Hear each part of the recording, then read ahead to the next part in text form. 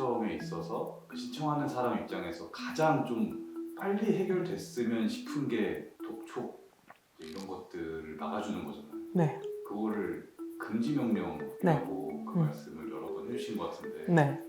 정확히 그 금지 명령이라는 게 어떤 것들이죠? 말 그대로 금지하라는 명령이죠. 그만해라. 뭘 그만하냐면 추심 좀 그만해라. 뭐 이런 거죠. 채무자가 그 소득 활동을 원만하게 하면서 변제를 할 수 있도록 더 이상은 채무자에 대한 뭐 압류 추심 같은 그런 행위들을 중단을 해라라는 이제 법원의 명령인 거고, 법률로 제가 한번 읽어드릴게요. 맨날 너무 쉽게만 설명을 드리니까. 쉽게 해주세요. 아실게요. 네. 한 번만 읽어드릴게요. 네. 그 준비를 했으니까. 네. 채무자 회생 및 파산에 관한 법률 제593조 제1항에 있고요. 채무자의 재산 및 급여, 퇴직금 포함에 대하여 하는 강제집행, 가압류 또는 가처분 및 개인의 생체권을 변제받거나 변제를 요구하는 일체의 행위를 금지하는 거예요. 그러니까 단순히 가압류, 가처분을 법원에다가 신청하는 것들을 포함해서 변제를 요구하는 행위 자체를 금지하는 거니까 추심이 막히는 거죠. 그 세 가지 사유가 있다 그랬잖아요. 금지 명령이 기각될 수 있는 사유. 첫 번째, 최근 취업자. 두 번째, 최근 채무가 많은 사람. 그리고 세 번째, 재신청하는 사람.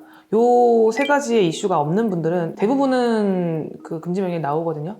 그러면은 그 금지 명령을 법원에서 등기로 송달을 해줘요. 각 채권사에게. 그러면 언제부터 효력이 발생하냐면 채권사에게 금지 명령이 도달한 날로부터 발생을 해요. 그래서 보통 신청 접수 기준으로 한 일주일 정도면 금지 명령의 효력은 발생을 하는 것 같아요. 금지 명령을 좀 빨리 내려주시거든요. 그러면 이게 회사들 입장에서야 뭐 말을 바로바로 들을 텐데 네. 대인일 경우에 등기가 왔어요. 저한테 추심하지 말라고. 네. 아니 근데 네가 뭔데 난 추심할 거야 해가지고 추심하면 어떻게 되죠?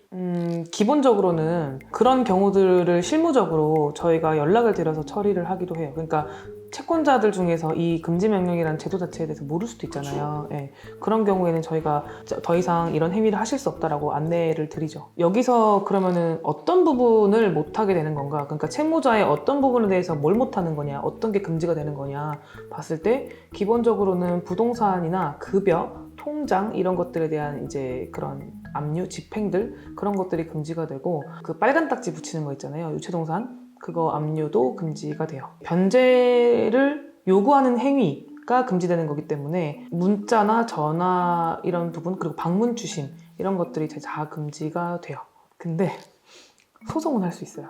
채권자가 채무자에 대해서 소송을 이렇게 뭐 돈 달라는 소송할 수도 있잖아요. 근데 그게 금지가 되진 않아요.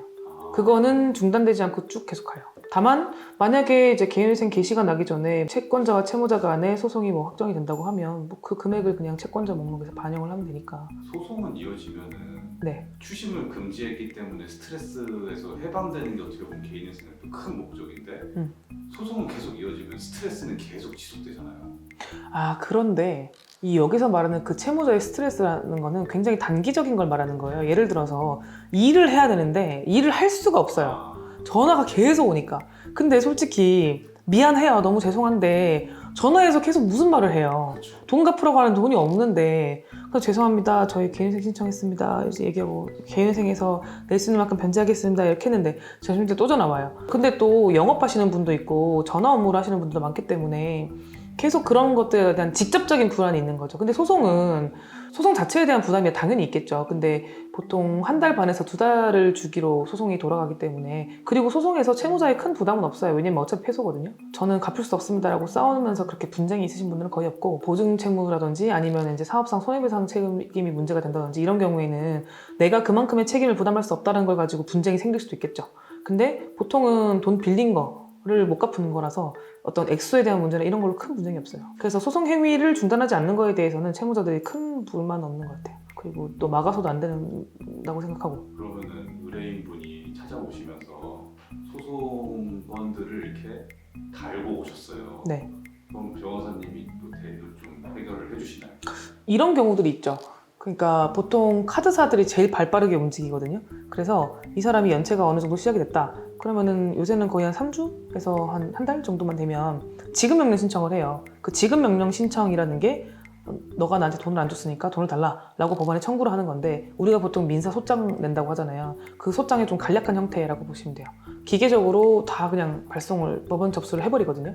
그러면은 지급명령 신청을 하고 채무자가 2주 안에 이의를 하지 않으면 확정이 돼요. 확정이 되면 바로 압류를 할 수 있어요. 그거를 막기 위해서 보통 저희가 지급명령 신청이 들어오면 이의를 하라고 말씀드려요. 저기 질문하셨던 소송에 연루된 분들은 많이 없고 카드사를 포함한 채권사들의 지급명령 신청이 소송 단계잖아요. 그거를 막을 수가 없기 때문에 저희가 보통 지급명령에 일단 이의를 해두라고 말씀드려요. 그러면은 이의를 하고 처음에 첫 기일이 잡힐 때까지 몇 달이 걸리거든요. 그래서 그 기간 동안 이제 게시를 받으면 개인회생 진행은 문제 없고 추심이나 뭐 소송 행위나 이런 것들에 대한 큰 불이익이 없으니까 기본적으로는 문제가 없고, 소송을 해야 되는 경우들 당연히 가끔씩 있죠. 실제로 지금도 하고 있는 것도 있는데 개인회생의 채무를 다툰다기보다는 그 소송 자체에 어떤 다툴 만한 사항들이 있어서 다투는 거니까 네. 개인회생에는 관련이 좀 없죠. 한 가지 더 있는데 금지명령은 개인 파산에는 없습니다. 그래서 개인 파산 신청할 때는 독촉을 막아주는 그런 원천적으로 독촉을 처단하는 절차는 없고 그때그때 통장이 막히거나 할 때마다 그 통장을 압류한 그 행위 자체를 중지하는 방법밖에 없어요.